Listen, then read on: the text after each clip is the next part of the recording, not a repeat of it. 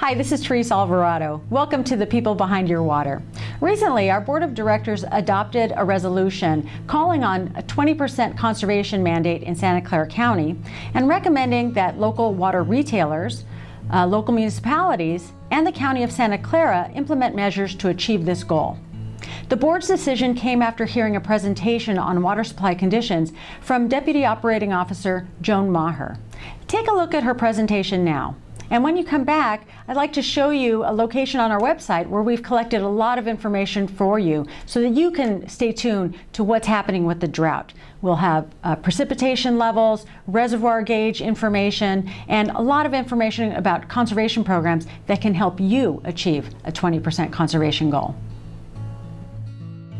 And generally, when we have historically discussed this issue, it has been raining, even during droughts. That's been our experience. We were hoping it would start raining tonight, but maybe tomorrow.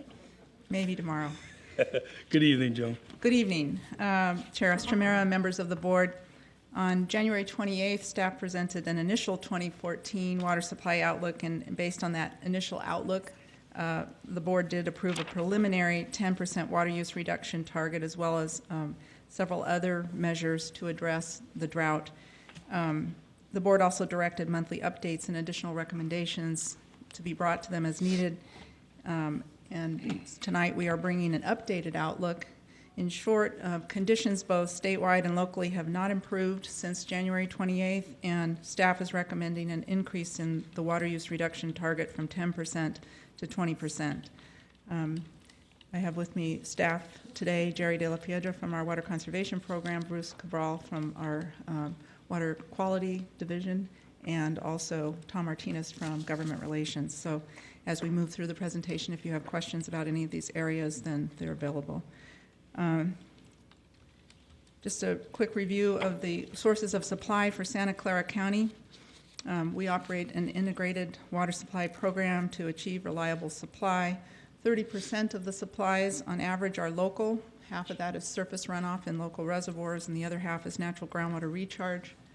55% of our supply is imported, with 15% from Hetch Hetchy and 40% from the state and federal water projects conveyed through the Sacramento-San Joaquin Delta. Approximately 5% of our supply is recycled water now. Over 20,000 acre-feet was produced in 2013. And conservation programs implemented since 1992 now reduce the county's water demands by about 10%, or 56,000 acre-feet annually. Local and imported water are needed to maintain our groundwater basin. They're managed conjunctively or together to provide reliable supply and avoid impacts that could occur if the groundwater basin was overdrafted, as it has been in the past. This chart shows a history of groundwater overdraft. Also, land surface subsidence that occurred in the northern part of the county as that overdraft occurred.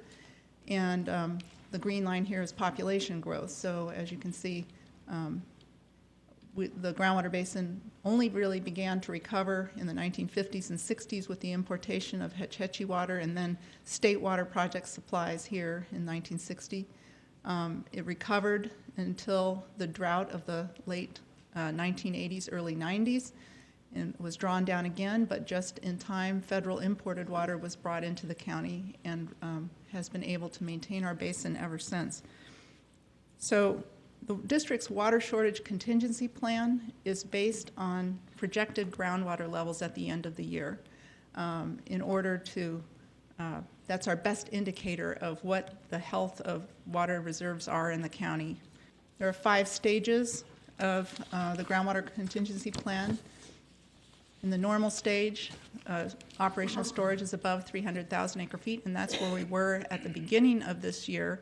Even though 2013 was one of the driest years on record, we were able to bring in enough supplemental supply to start the year with about 343,000 acre-feet in the groundwater basin.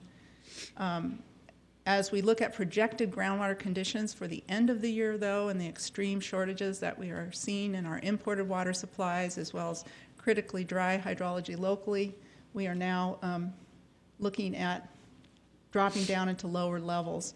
So on January 28th, our assessment at that time indicated that we were in the alert stage. Basically, our groundwater basin was reserves were being depleted to stage 2. We're now, with supplemental assessments going on in the last month, looking at the severe stage.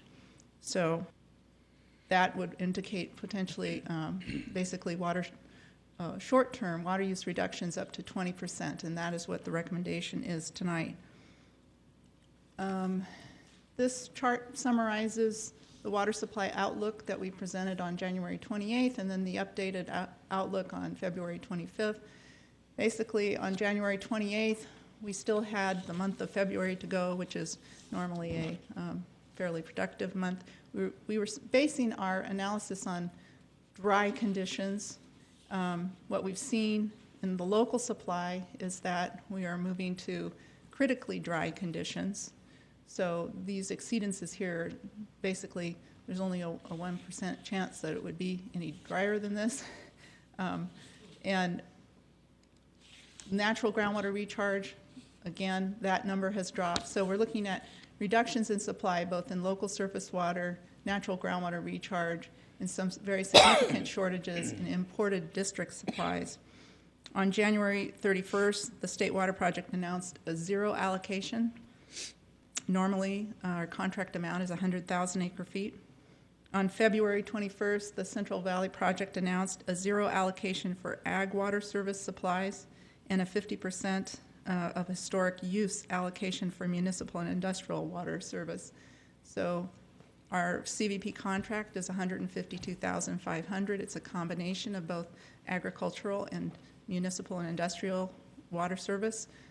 We expect to get 65,000 acre-feet under that contract this year. So in total, if you look at the total state and federal supplies, on average we receive about 170,000 acre-feet from these two projects. In 2014, as I said, we were looking at a total of 65,000, or 38% of what we would normally get on average. In addition, we were able to start the year with some carryover supplies on both the state and federal projects, and those numbers are still being confirmed. So we have 31,000 acre-feet of carryover that is still being confirmed with the state and federal projects. A key concern is that the imported water supplies are the primary source of supply for the District's 3 treatment plants. And with so little water in the statewide system, some of the tools that are normally available to us, water transfers, exchanges, the ability to bring water back from Kern County, we have a groundwater bank supply there, but there's so little water in the system that it's very difficult to exchange that water and bring it up to Santa Clara County. Another event that happened in the intervening month here is that on January 31st, San Francisco Public Utilities Commission announced a 10% voluntary water use reduction program.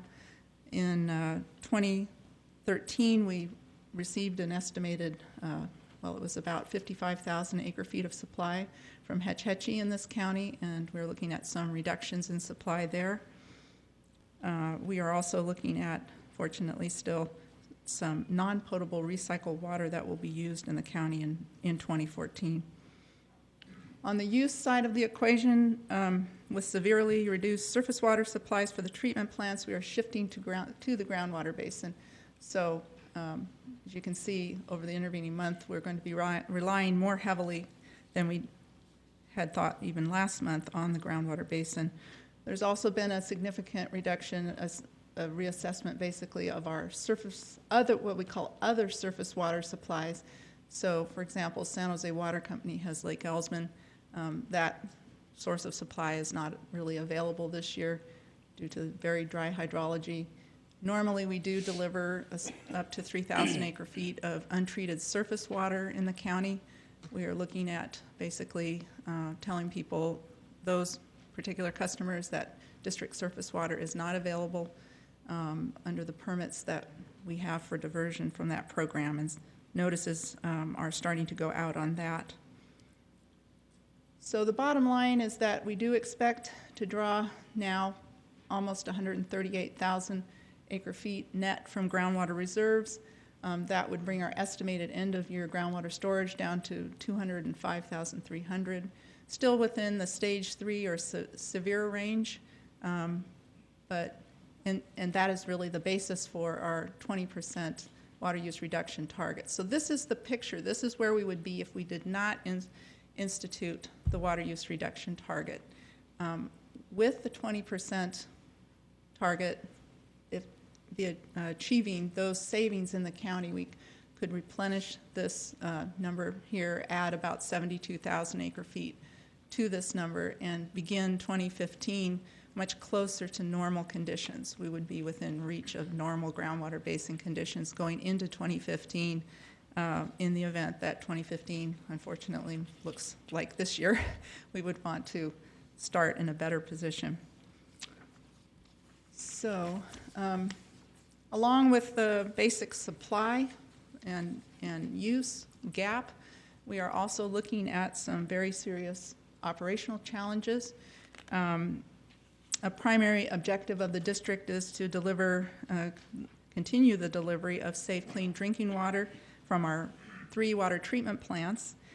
With so little inflow into the Delta, though, salinity of imported water supplies for those treatment plants has increased, and we are expecting the supplies that we get from the Delta this year, the quality of those supplies, to present some treatment plant challenges. So we are working with our retailers and we're working with our systems to make sure that drinking water quality is maintained through the year. For San Luis Reservoir, we've discussed the low point problem in the past. There is a federal project been underway for some time to address low point issues. Our federal supplies are delivered through San Luis Reservoir and the Pacheco pumping plant. As water levels in San Luis drop below 300,000 acre-feet, we can expect some additional water quality problems, algae, and other constituents that will, when they get to our treatment plants, we can treat the algae and so on, but they will still leave potentially some taste and odor problems with drinking water.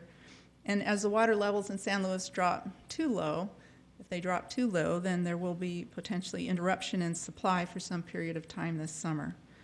So that is another factor in our operational planning. The bottom line is with the water quality issues and the supply shortages, we will have limited treatment plant supplies this summer and throughout the year. So we are working with the retailers to address that issue. As I said, we are looking at potentially no deliveries from San Luis Reservoir to the treatment plants for 3 months in the late summer and early fall.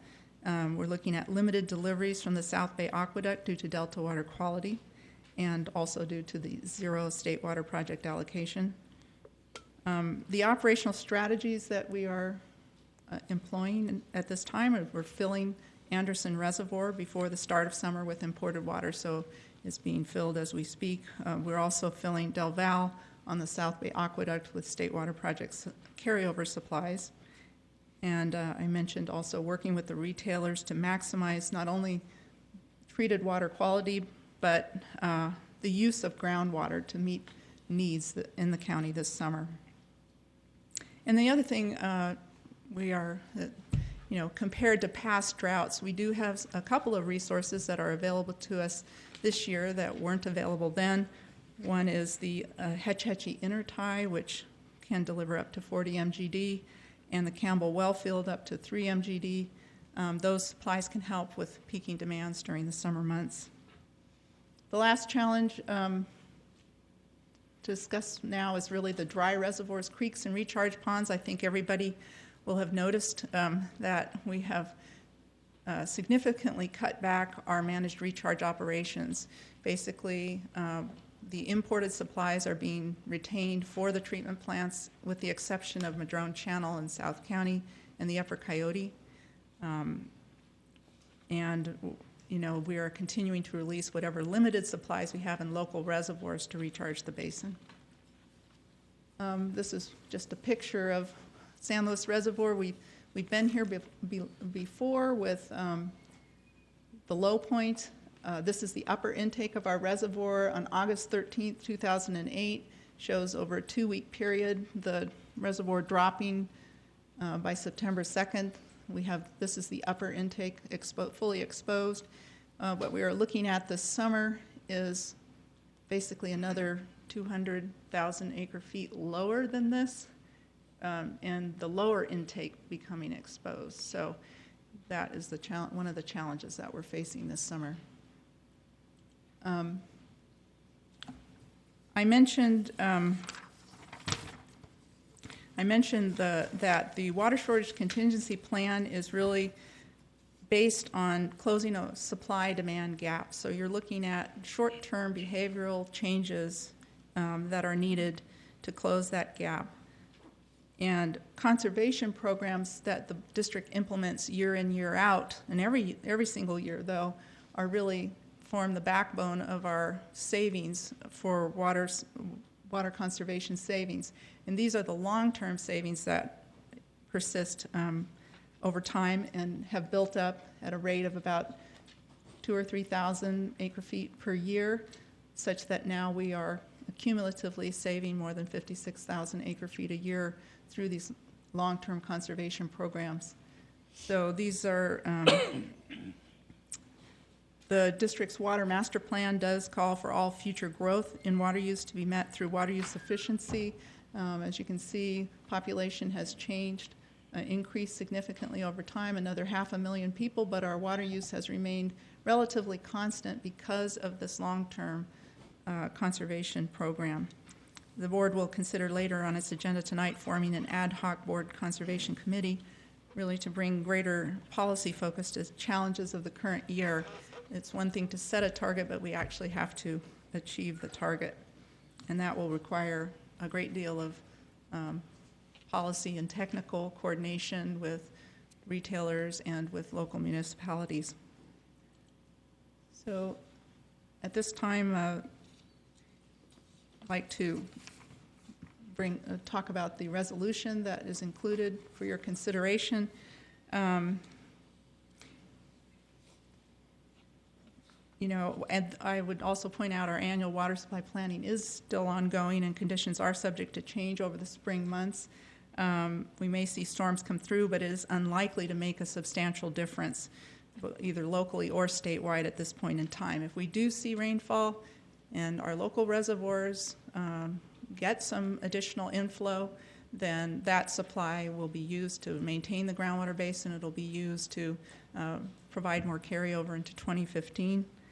And at this point in time, it's clear that a 20% water use reduction target is needed.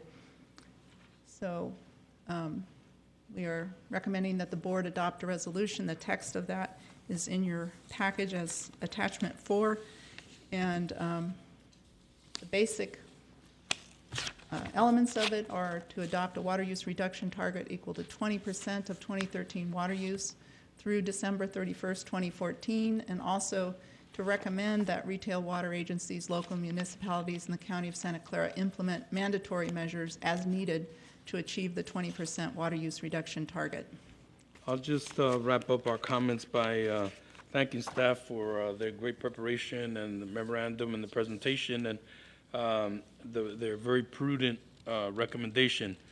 I have had the, wouldn't say pleasure, but I'd say that I've had the experience of being at this point a number of times. But there's never any way I learned early on this board that we never know when we're going to be in a drought. It just happens. But worse than that, we never know when we're going to get out of it. So let's just hope for the best. Again, there are reports that rain's going to visit us tomorrow, and there's a couple storms on the way. So you just never know. That's why it's important for us to be prudent, conservative, and be very prepared so that we can be flexible. If we're wrong about 20% conservation, good. We hope to be wrong. So it's a prudent thing to do. I'll entertain a motion then to adopt staff's recommendation. Motion is second. Those for motion say aye. Aye. Opposed say no. Motion carries. Excuse me, Chair, we need a roll call. As a resolution, yes. So now I'd like to share with you some information from our website. Our website is at valleywater.org, and we have a Drought Watch page that provides a lot of information. So let's take a look. So here's the main site. It's valleywater.org, and here's our main webpage. We have a carousel image right here, and the first thing on it is Drought Watch to get information about the 2014 drought. So if you click on that, it takes you to this great page that really assembles a lot of information. We have the news releases here that talk about the board's action. We have this document here, it's called the Water Tracker, and it's a monthly assessment of trends in water supply and use for Santa Clara County. Really helpful information here. Here we have links to alert real-time gauges. These are gauges that are at our reservoirs, our streams, and they also measure local precipitation. So if we click on the one that says reservoir levels, you can see all of our reservoirs, our 10 reservoirs in Santa Clara County, the reservoir levels, the elevation, where they occur in the county, their storage capacity, and what their current storage is. So for example, let's take Almaden. On February 28th at 3:22 p.m., the capacity of Almaden Reservoir is 1,586 acre-feet. The actual storage at Almaden is 164.7 acre-feet, so it's just at 10% of its capacity. Our biggest reservoir, of course, is Anderson. On February 28th and beyond, the capacity is 90,373 acre-feet. The current storage at Anderson is 37,695 acre-feet, so it's about 41.7% of its capacity. So that's good information to track where we are with our surface storage. This gauge is about stream levels, so it shows you all the streams in our local watersheds. Very handy if you know what stream you live nearby. So if you live near Los Gatos Creek below Lexington Reservoir, you can see here that the flow rate right now is 14.7 cubic feet per second, or CFS. And it's at 1.99 feet, probably nowhere near flood levels. But this is a really handy document as well, constantly maintained and updated. This was as of February 28th at 3:30 p.m. So going back to our Drought Watch page, we then see a collection of conservation programs. We have water saving programs, ideas, and assistance. We have conservation rebates link, and we have a link to our save20gallons.org, which provides a lot of great tips and tools for saving water. The next section includes a few fact sheets. We have our water conservation program fact sheet. You can print that out and provide that to others, or send the PDF by email to those who you think would be interested in learning about these. We also have a fact sheet about our new gray water laundry to landscape rebate program. So I clicked on that, and you can see the fact sheet. It's just a 2-pager front and back. You can print it out and provide it to others. And finally, at the bottom of the Drought Watch page, we have other resources and information. So we have links to the California Department of Water Resources. We have a link to the Governor's Office of Emergency Services and the Association of California Water Agencies 2014 Drought Watch page. On the right side here, you see a great Google map that shows the impacts of the drought in Santa Clara County. It's a really handy tool. I want to see how quickly I can access it here. So it's showing some issues where we have percolation ponds and creeks that are experiencing drying conditions, which means they're running out of water. And so we see issues at, like, say, for example, A is Page Ponds. That pond series of percolation ponds has gone dry as of February 26th. In South County, we see Uvis Creek. It was dry downstream of this point on the creek as of February 26th. So this is also a really nice summary of conditions in our local waterways, particularly creeks and percolation ponds. Finally, here's the People Behind Your Water. This is a great episode that talks about all of our water rebate programs and the conservation programs, and they do a real-time tour of our WaterWise house call program. And here finally are just some links to social media. Please stay in touch. You can follow us on Twitter. You can friend us or like us on Facebook. You can watch other YouTube videos at YouTube/ValleyWater. And finally, if you'd like to receive our monthly e-newsletter, it's a great newsletter, just send us an email at info@valleywater.org. It comes out once a month, and it's a really great compilation of material. So going back to the main page, we go back to our Drought Watch, and please let your friends know that we have all this information available to them on our website. Thank you again for joining us, and see you next time on The People Behind Your Water.